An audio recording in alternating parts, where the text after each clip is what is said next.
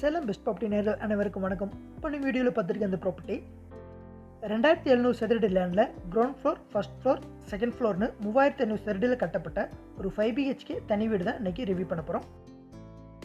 இந்த ப்ராப்பர்ட்டி எப்படி பிளான் பண்ணியிருக்காங்கன்னா 2700 சதுரடி லேண்டில் 1500 சதுரடி கிரவுண்ட் ஃப்ளோரும், ஃபர்ஸ்ட் ஃப்ளோரில் 1500 சதுரடியும், செகண்ட் ஃப்ளோர் 500 சதுரடியும் கொண்டு ஒரு 3500 சதுரடியில் 5 BHKவாக கன்ஸ்ட்ரக்ட் பண்ணியிருக்காங்க.